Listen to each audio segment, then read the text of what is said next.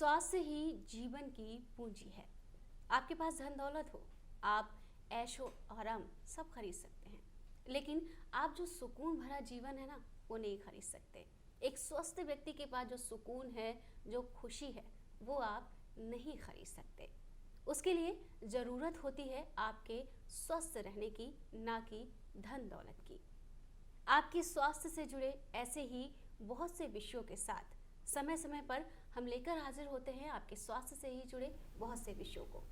कार्यक्रम में आज भी ऐसा ही आपके स्वास्थ्य से जुड़ा विषय है, जिसमें आज के विषय विशेषज्ञ हैं डॉक्टर जगत मोहन बंसल जी।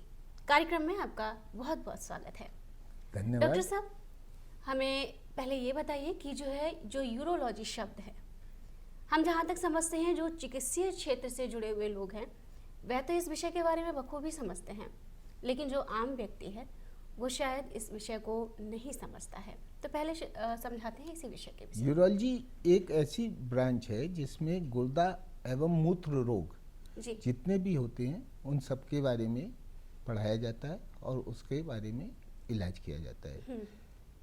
मूत्र रोग और गुर्दे की जो सर्जिकल ब्रांच है उसे यूरोलॉजी कहते हैं, जो मेडिकल ब्रांच है उसे नेफ्रोलॉजी कहते हैं। इसमें गुर्दे की समस्त बीमारियों का सर्जिकल ट्रीटमेंट, चाहे वो एंडोस्कोपी से हो, चाहे दूरबीन से हो, चाहे किरणों से हो, चाहे लेज़र से करें, वो सब यूरोलॉजी में आता है। जी अच्छा, एक समस्या बड़ी आम है, पथरी की समस्या। तो इसके जो शुरुआती लक्षण हैं वो क्या है? हाँ, गुर्दे की पथरी एक्चुअली ये बहुत कॉमन समस्या है। अक्सर होता क्या है कि मरीज को शुरुआत में दर्द होता है और पेशाब से संबंधित और परेशानियां होती हैं, जिसमें कि कहा जाता है कि पेशाब में जलन हो रही है, कभी कभी खून आने तक की समस्या हो जाती है पेशाब में। सबसे बड़ी समस्या इसकी यही है, जो मुख्य लक्षण है वो है दर्द। बहुत दर्द होता है, तेज़ दर्द होता है। गुर्दे की पथरी में उतना दर्द नहीं होता। जब पथरी फंस जाती है और पेशाब के रास्ते में रुकावट देती है, गुर्दे से पेशाब बनता है, पेशाब नीचे एक नली के द्वारा, जिसे यूरेटर कहते हैं, पेशाब की थैली में आता है, पेशाब की थैली से इकट्ठा होके वो यूरेथ्रा के द्वारा बाहर निकलता है। पेशाब की जो पथरी है उसमें सबसे ज़्यादा दर्द उन पथरियों में होता है जो पेशाब की नली में, यूरेटर जिसे कहते हैं हम लोग, गुर्दे से जो नली पेशाब की थैली तक आती है ना, उसमें दर्द होता है। पथरी फंस जाती है तो दर्द होता है। This is obstructive pen.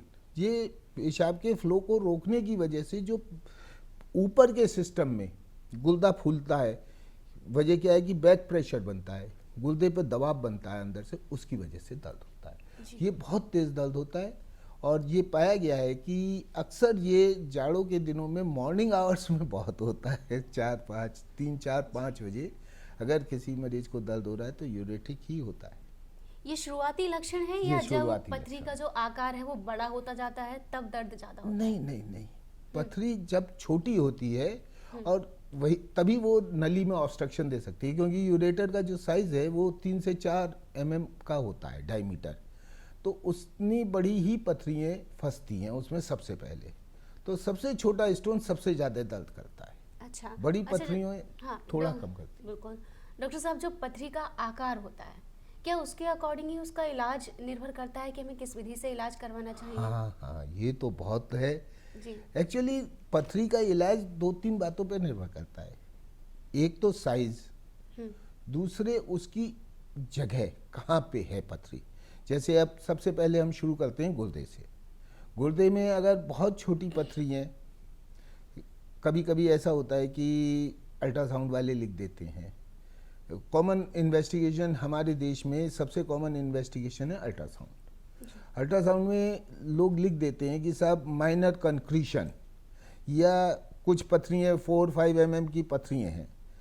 Basically अगर लॉजिकली देखा जाए 4-5 mm की पथरी किडनी के किसी भी सिस्टम में ऑब्स्ट्रक्शन वाली साइड पे नहीं हो सकती। या तो ऑब्स्ट्रक्शन देगी, वो यूरेटर में पास हो जाएगी, नहीं तो किसी ऐसे कोने में पड़ी होगी गुर्दे के जहाँ से वो मेन सिस्टम में नहीं आ रही।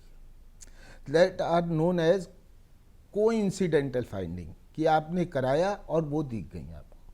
बेसिकली हम ऐसी पथरियों के लिए कहते हैं कि अभी कोई इलाज नहीं करना चाहिए, केवल थोड़ी सी दवाई ले लीजिए जिस समय आपको दर्द है, और उसके बाद कुछ नहीं, लीव इट।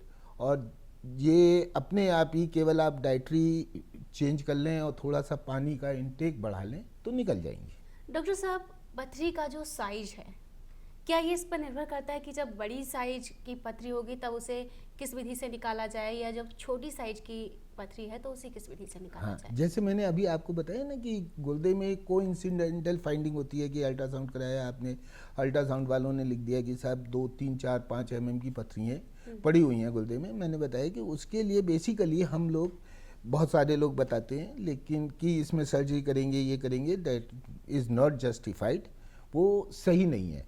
उसको अगर ऑब्स्ट्रक्शन दे रही है ओनली तभी केवल हमें उसका इलाज करना है, अगर वो ऑब्स्ट्रक्शन नहीं दे रही है तो हमें नहीं करना है।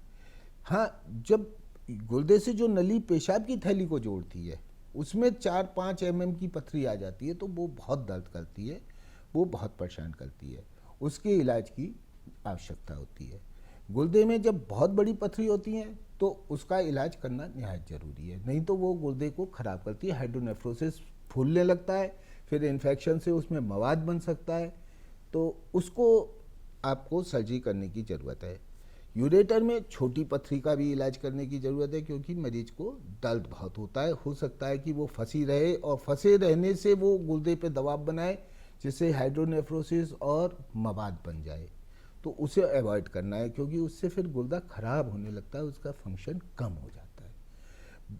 अगर पथरी किसी वजह से नीचे आ गई है और पेशाब की थैली में आ गई तो वो छोटी पथरी है तो वो पेशाब रोक सकती है, पेशाब के रास्ते में फंस जाएगी और पेशाब रोकेगी, और अगर बड़ी है तो वो पेशाब करते समय दर्द बहुत करेगी।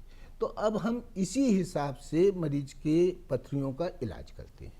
अब अगर बहुत बड़ी पथरी है गुर्दे की तो उसके लिए हम लोग 2-3 तरीके हैं हमारे पास। एक तो सबसे पहले जो कन्वेंशनल है, बहुत सालों से चला आ रहा है, वो है ओपन सर्जरी। चीरा लगा के ऑपरेट करते हैं, पथरी को निकालते हैं, गुर्दे की सफाई करते हैं और उसे बंद कर देते हैं। आजकल नई प्रोसेस जो आ गया है उसे हम लोग PCNL कहते हैं, परक्यूटेनियस नेफ्रोलिथोट्रिप्सी। उसमें एक सुराख बना के हम गुर्दे तक जाते हैं और उस पथरी को जो हमारे पास लाइट वो होती हैं एनर्जी सोर्स, जिसे हम लेज़र भी कहते हैं, कुछ लोग न्यूमेटिक इस्तेमाल करते हैं, कुछ लोग लेज़र करते हैं, उससे तोड़ के टुकड़े टुकड़े करके निकाल देते हैं। यूरेटर की जो ये तो गुर्दे की बड़ी पथरियों का हो गया गुर्दे। यूरेटर की पथरियों में अगर कोई बहुत बड़ी पथरी आ गई 12, 15, 20 mm की तो वो रेयर होता है, लेकिन उसे फिर चीरे से ही निकालना पड़ता है। और जो छोटी पथरी होती हैं जिनको 1, 2, 4, 5, 7 mm की होती हैं, उनको हम एक नीचे से पेशाब के रास्ते से दूरबीन जाती है जिसको यूरेट्रोरिनोस्कोप कहते हैं, उससे तोड़ देते हैं पथरी को और चूड़ा होके, वो बिल्कुल बारीक चूड़ा होके पेशाब के रास्ते से निकल जाती है।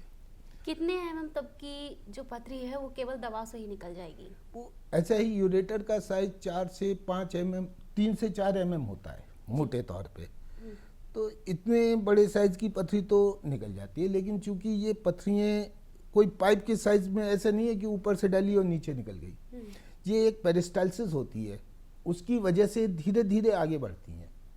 तो पेरिस्टाल्सिस से 5 और 6 mm तक की पथरियाँ बड़ी आसानी से निकल जाती हैं, लेकिन दर्द करके निकलती हैं।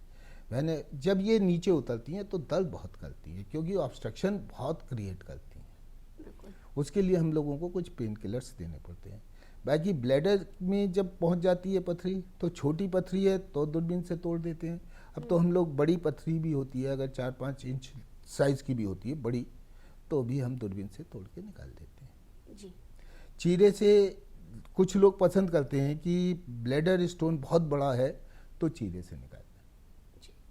पथरी से जुड़ी कुछ भ्रांतियां डॉक्टर साहब बड़ी प्रचलित हैं। कोई कहता है कि हम ऐसी दवा देंगे कि वो गल जाएगी, कोई कहेगा कि शरीर के इस हिस्से से निकल जाएगी, तो ये सब क्या है? ये सब केवल इसीलिए है कि उन लोगों की जवाबदेही कोई नहीं है समाज के प्रति, मरीज के प्रति। मरीज से जिसने कहा, चाहे वो होम्योपैथी वाले हों, चाहे घरेलू दवाई वाले हों, उन्होंने कहा साहब ऐसा है, हमसे दवाई खाइए 2 महीने में निकल जाएगी, 3 महीने में निकल जाएगी। अगर मरीज की 2-3 महीने में पथरी नहीं निकलती है तो मरीज कभी जाके उनसे ये नहीं पूछता है कि डॉक्टर साहब ये हमारी पथरी क्यों नहीं निकली। मेरे पास आते हैं कि साहब हम गांव की दवाई खा रहे हैं, देसी दवाई खा रहे हैं, तो मैं पूछता हूँ कि भाई ये बताओ क्या वो फ्री में दे रहे हैं? बोले नहीं साहब पैसे तो लेते हुए नहीं। तुम लोग उनसे पूछते क्यों नहीं हो कि निकली क्यों नहीं? भाई आपको पूछना चाहिए। बेसिकली ये सब भ्रांतियाँ हैं। अभी तक ऐसे कुछ दवाइयाँ, अगर कोई होम्योपैथी में या किसी भी साइंस में, आयुर्वेद में कोई दवाई ऐसी बनी है जो किडनी को वास्तव में फ़ायदा देती है स्टोन निकालने में, एक्सपल्जन में, तो एलोपैथी साइंस ऐसी कोई जिद्दी साइंस नहीं है कि हम सब वो मरीज को नहीं देंगे।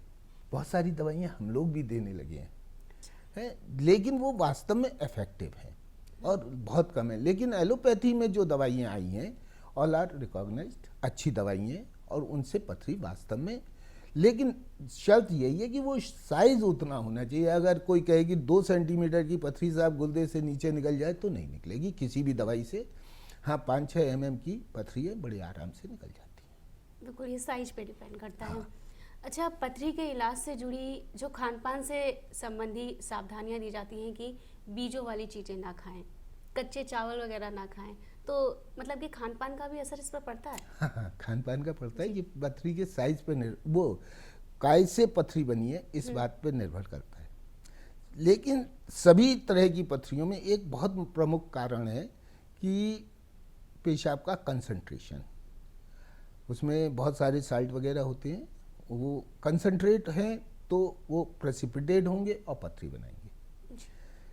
सबसे बढ़िया उम्दा इलाज है गुर्दे की पथरी का पानी। जितना वाटर इनटेक आपका ज़्यादा होगा उतना स्टोन कम बनेगा सबसे पहले। और जितने आप, जैसे हमारे यूपी में है, हमारे नॉर्थ इंडिया की बेल्ट में स्टोन बेल्ट कहलाती है, यहाँ पे स्टोन ज़्यादा हैं। उसकी वजह ये है कि यहाँ पे आदमी पानी कम पीता है और यहाँ के पानी में जो साल्ट का मात्रा है वो कुछ ज़्यादा है।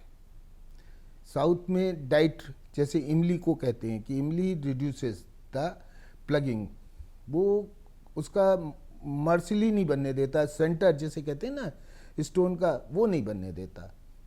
इसलिए साउथ में बहुत कम है जहाँ पे इमली का इस्तेमाल होता है, हम लोगों के यहाँ ज़्यादा है। और बहुत मोटे तौर पे ग्रॉसली, एक तो गुर्दे के इन्फेक्शन से बचना चाहिए, यूटीआई हो जाता है तो उसका इलाज फ़ौरन कराना चाहिए, नहीं तो स्टोन बनने की संभावना रहती है। दूसरे वाटर इनटेक बहुत होना चाहिए। कई बार ऐसा भी देखा गया है डॉक्टर साहब कि बहुत से लोग बड़ी सावधानियां रखते हैं खान पीने को लेकर, और यहाँ तक कि मिनरल वाटर का प्रयोग करते हैं, लेकिन इसके बावजूद भी पथरी हो जाती है। तो क्या इसके अलावा भी कोई और कारण है पथरी के? सबसे बड़ी बात यही है कि वो लोग मिनरल वाटर पीते हैं जी। जो लोग मिनरल वाटर पीते हैं वो उनका water intake automatically 1 litre 2 litre रह जाता है। और जो कॉमन पानी पीते हैं हम लोग, जो टैप वाटर पीते हैं, वो लोग 5-6 लीटर पानी पी सकते हैं। तो एक तो सबसे पहला यूरिनरी कंसंट्रेट की बात है। तो यूरिनरी कंसंट्रेट जितने साल्ट होते हैं, कैल्शियम वगैरह, ये सब डिपॉजिट हो जाते हैं, गुर्दे में डिपॉजिट होने लगते हैं। तो दूसरे विटामिन ए एक ऐसा फैक्टर है जिससे कि नई सेल बनती हैं। नई सेल, विटामिन ए की कमी से वो एक ऊपर की जो सतह होती है ना किडनी की, वो सेल निकलने लगती हैं और वो एक न्यूक्लियस की तरह से काम करती हैं स्टोन बनाने। जी। एक पैराथायराइड ग्लैंड होती है, वो कैल्शियम का एब्जॉर्शन बढ़ा देती है आंतों से। आंतों से कैल्शियम का एब्जॉर्शन बढ़ गया है तो ब्लड में हाइपरकैल्सीमिया होता है और वो गुर्दे से फिल्ट्रेट होता है। तो जब फिल्ट्रेशन होता है तो भी बन जाता है कैल्शियम। लेकिन बेसिक कॉन्सेप्ट फिर वहीं जाएगी कि वाटर इनटेक। थोड़ा सा कूड़ा है, आपने 1 बाल्टी पानी डाला, सब बह जाएगा, साफ हो जाएगा। बहुत सारा कूड़ा है, बाढ़ आ गई, सब बह जाएगा। इसलिए बेसिकली मरीजों को ये सोचना चाहिए, जिन्हें भी स्टोन बेल्ट में रहते हैं जहाँ पे स्टोन बहुत प्रिवलेंस है, या जिनको पारिवारिक हिस्ट्री है कि स्टोन होने की, या जो ये चाहते हैं कि मुझे स्टोन नहीं हो, उन्हें सिर्फ और सिर्फ एक काम करना चाहिए कि मोर देन 4 और 5 litres water intake per day रखना ही है। जी। पानी चाहे कोई सा भी। इसके अलावा डॉक्टर साहब देखने में आया है, सुनने में आया है कि पित्त की थैली में भी पथरी होती है, तो इसका इलाज किस तरह से होगा? हाँ हाँ, पित्त की थैली जिसे गॉल ब्लैडर भी कहते हैं जी। उसमें पथरी का इंसिडेंस बहुत कॉमन है। एक्चुअली ये जो महिला वर्ग हैं ये बेसिकली कहलाती महिलाओं की बीमारी है, क्योंकि 40 साल की उम्र के बाद ये महिलाओं में अधिक पाई जाती है। वैसे ये आदमियों में भी पाई जाती है अब, और जैसे जैसे हम लोग नए समाज की तरफ जा रहे हैं बच्चों तक में ये इंसिडेंस पाया जाने लगा है। गॉल स्टोन एक ऐसी बीमारी है जो गॉल ब्लैडर की फंक्शन ना करने की वजह से ज़्यादा बनती है। उसमें जब इनएक्टिव हो जाता है गॉल ब्लैडर तो उसमें कोलेस्ट्रॉल कंसंट्रेशन बढ़ जाता है और उसके नाइडस पे कैल्शियम जमने लगता है, और कैल्शियम जम के वो स्टोन बनाता है।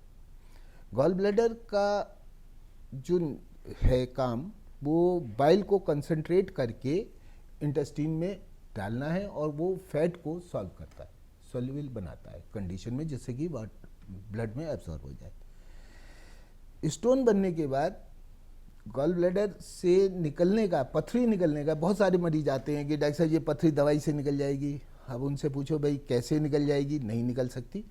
बोले साहब हमारे एक गांव में चाचा थे, उनकी पथरी आपने दवाई दी थी, निकल गई। तो उन्हें फिर बताना पड़ता है कि उनको गुर्दे से संबंधित पथरी होगी, ना कि पित्ते में।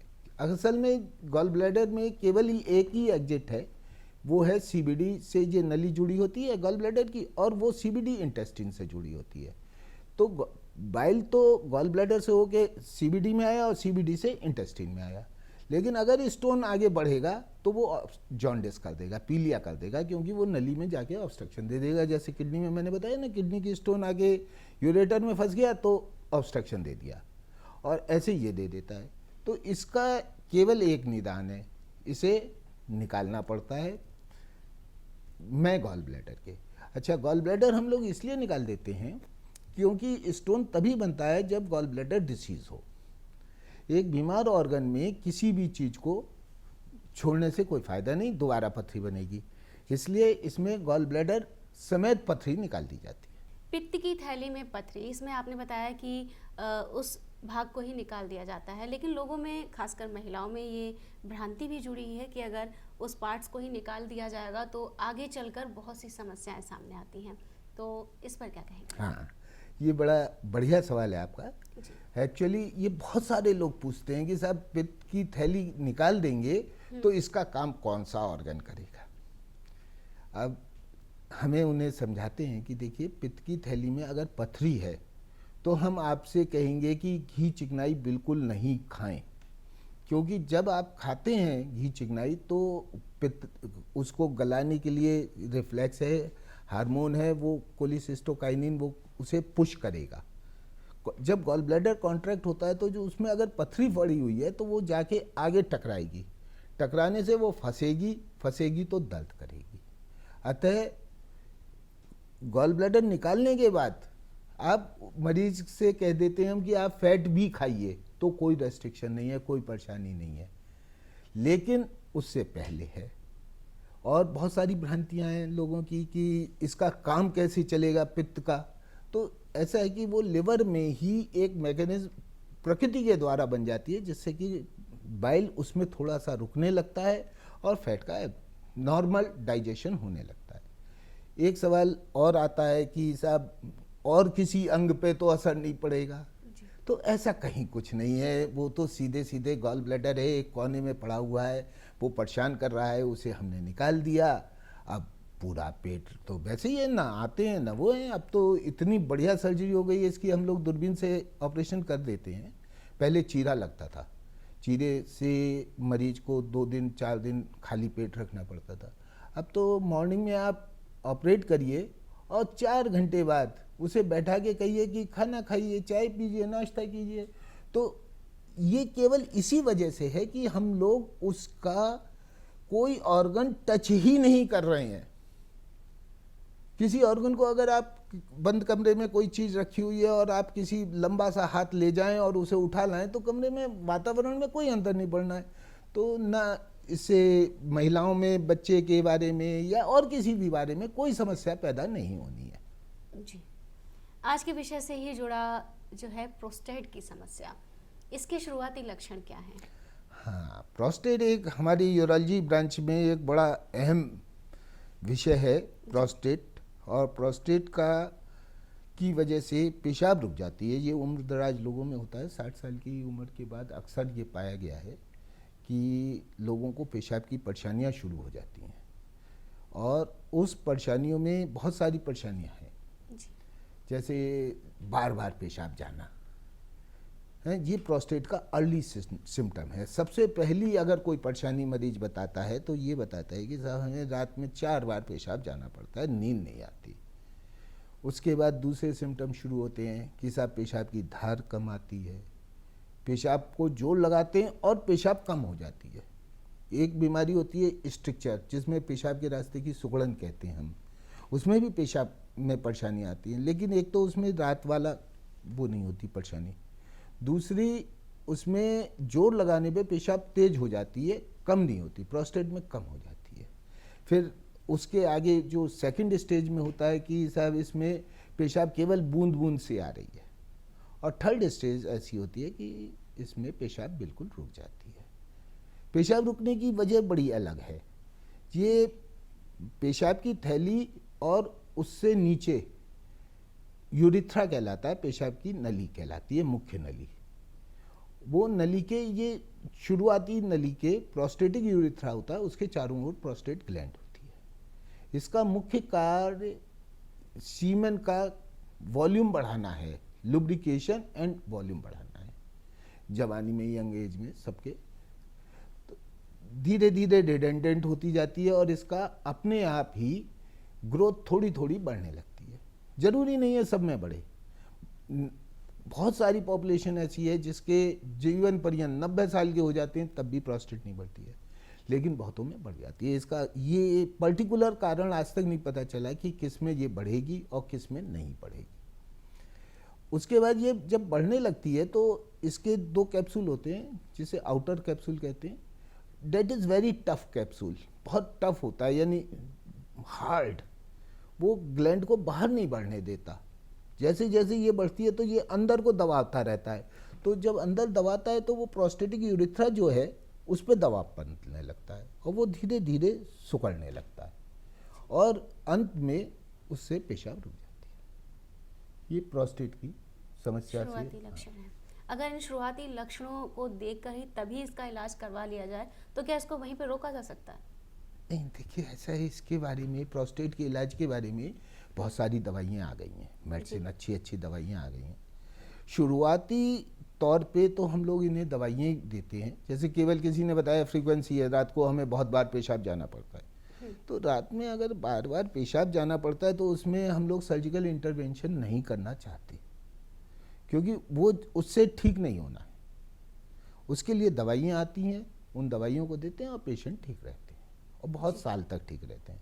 लेकिन अगर एक्चुअल साइज में प्रोस्टेट कॉम्प्लिकेशन जिसे कहते हैं कि रिटेंशन हो गया, पेशाब रुक गया, तो उस समय हमारे पास कोई दवाई नहीं है जो उसको ठीक कर दे। जी, कितनी गंभीर समस्या ये बन सकती है अगर इसका शुरुआत में हमें ध्यान नहीं दिया तो? देखिए 2-3 चीज़ें हैं। शुरुआत में क्या है, इसको अर्ली यानी पेशाब का में रुकावट अपने आप में एक गंभीर समस्या, बिल्कुल, चाहे वो किसी भी लेवल पे हो। और प्रोस्टेट की वजह से है तो ये दोनों गुर्दों पे इक्वल इफेक्ट डालती है। बहुत सारे लोग हमारे पास ऐसे मरीज आते हैं, असल में उम्र ज़्यादा की बीमारी है, ये ओल्ड एज डिसीज़ कहते हैं जी। और इसमें जो माँ बाप हैं, पिताजी हैं, यानी जो बुज़ुर्ग लोग हैं, वो अपने बच्चों को बीमारी बताना नहीं चाहते, और बच्चों को अगर हल्का सा दिख भी रहा है तो वो नेग्लेक्ट कर जाते हैं। तो नेग्लिजेंस की लिमिट कभी कभी ऐसी हो जाती है कि मरीज को पेशाब बूंद बूंद आ रही है और महीनों हो गए और उसने उसका इलाज नहीं कराया, तो दोनों गुर्दों पे बराबर असर पड़ता है और दोनों गुर्दे चौड़े हो जाते हैं, गुर्दे काम तक करना बंद कर देते हैं। तो इसका इलाज तो निहायत ज़रूरी है। और फर्स्ट स्टेज में मैंने जैसे आपको बताया कि दवाइयों से हम लोग ट्रीट करने की कोशिश करते हैं और ठीक होते हैं मरीज। और जब बिल्कुल पेशाब रुक जाती है तो दवाइयाँ कोई काम नहीं करती, तब हम लोगों को ऑपरेशन करना पड़ता है। बिल्कुल इसका ऑपरेशन जो की बहुत सारी मॉडलिटीज़ आई। पहले हम लोग केवल ओपन सर्जरी करते थे, लेकिन अब पिछले 30 साल से तो सब दूरबीन से ही करते हैं, एंडोस्कोपिक सर्जरी होती है। और इसकी जो एंडोस्कोपिक सर्जरी है वो ट्रांसयूरेथ्रल रिसेक्शन कहलाता है, डेट इज़ गोल्ड स्टैंडर्ड। उसके बाद भी बहुत अच्छे अच्छे आए तरीके, लेज़र भी आया, लोग लेज़र पे बहुत काम हुआ, दिल्ली बम्बई में बहुत पैसे से इसका इलाज हुआ, लेकिन उनके रिजल्ट TUR के मुकाबले नहीं आए। सबसे अच्छा आज भी ट्रांसयूरेथ्रल रिसेक्शन है, जो हम लोग खूब कर रहे हैं और 30 साल से कर रहे हैं। बिल्कुल डॉक्टर साहब, आप चलते चलते बतौर सावधानी के लिए क्या संदेश देना चाहेंगे हमारे दर्शकों को? गुर्दे के स्टोन के लिए मैं यही बताऊंगा कि आप जी। खूब पानी पिएं। गॉल ब्लैडर स्टोन के लिए मैं ये बताऊंगा कि आप सब सफाई से खाना खाएं और थोड़ा सा फैट का अमाउंट जरूर रखें खाने में, जी। क्योंकि फैट से गॉल ब्लैडर कॉन्ट्रैक्ट करता है। और अगर फैट आपने बिल्कुल जीरो कर दी, जैसे बड़ा भ्रांति है लोगों में कि साहब चिकनाई नहीं खानी है, गलत है। चिकनाई थोड़ी सी जरूर खाएं, जिससे कि गॉल ब्लैडर एक बार कॉन्ट्रैक्ट तो कर जाए दिन में, और अगर वो कॉन्ट्रैक्ट कर रहा है तो वो जो पित्त उसमें रुका हुआ है वो निकल जाएगा, तो स्टोन बनने की संभावना कम रहती है। और प्रोस्टेट के लिए मैंने बताया कि अर्ली सिम्टम जैसे ही आए वैसे ही डॉक्टर को दिखा लेना चाहिए, और उसे दिखा लेने से फ़ायदा ये रहता है कि गुर्दे पे असर नहीं पड़ता है। जी। और इलाज तो देखिए, कोई बीमारी है तो आपको इलाज तो कराना ही चाहिए।